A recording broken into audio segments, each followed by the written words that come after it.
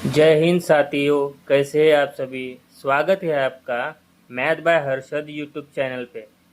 तो आज का सवाल लाया हूँ आय, खर्च, बचत इस टॉपिक से। चलिए सवाल पढ़ना शुरू करते हैं। एक व्यक्ति अपनी आय का 20% बचाता है। यदि उसकी आय में 25% की वृद्धि हुई और उसका खर्च 10% बढ़ गया तो उसकी बचत में कितने प्रतिशत वृद्धि होगी। तो चलिए इसे आराम से समझते हैं। तो सवाल पहले थोड़ा थोड़ा पढ़ना शुरू करेंगे, उस हिसाब से चलेंगे। एक व्यक्ति की आय का 20% बचाता है। 20% मतलब जैसे मान लो 100% उसकी आय हो गई। मान लो ये जो है ये 100% उसकी आय है। वही ये 100% आय में से 20% खर्च कर रहा है। खर्च कितना कर रहा है ये 20%। ये होगी 20%, सॉरी माफ़ कीजिए, 20% बचाता है। 20% बचाता है तो भाई खर्च कितना करेगा। तो 20% अगर बचाता है तो 100 में से 20 निकालेंगे। ये 80% है, ये हो गया उसका खर्चा। एक बार फिर से समझा दो आपको। 100% उसकी आय है, 20% उसने खर्चा किया, बचाया कितना है 80%। ये होगी उसकी इनकम। आय मतलब इनकम। ये हो गया उसका खर्चा, मतलब ई मतलब ये एक्सपेंडिचर मतलब खर्चा। ये होगी उसकी सेविंग मतलब बचत। इसको हम रेशो में बनाएंगे। ठीक है साथियों, कैसे, चलिए शुरू करते हैं। ये 20 एकम 20, 20 चौके 100, 20 पंचे 100, 20 पंचे 100। ठीक है, ये 5 इज इक्वल टू 4 प्लस 1। ये बन गया इनका रेशो में हमने छोटा किया। आगे क्या कहा है, यदि उसकी आय में 25% की वृद्धि होगी।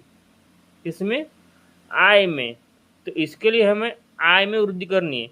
उसके लिए हमको ये 5 है, इसको 25% से गुना करना होगा। यहाँ तक के समझ में आ गया। फिर आगे क्या कहा है, उसका खर्च 10% बढ़ जाए। मतलब ये जो है ये एक्सपेंडिचर मतलब खर्च, ये बढ़ गया 10%। इनका आपस में गुना करना है।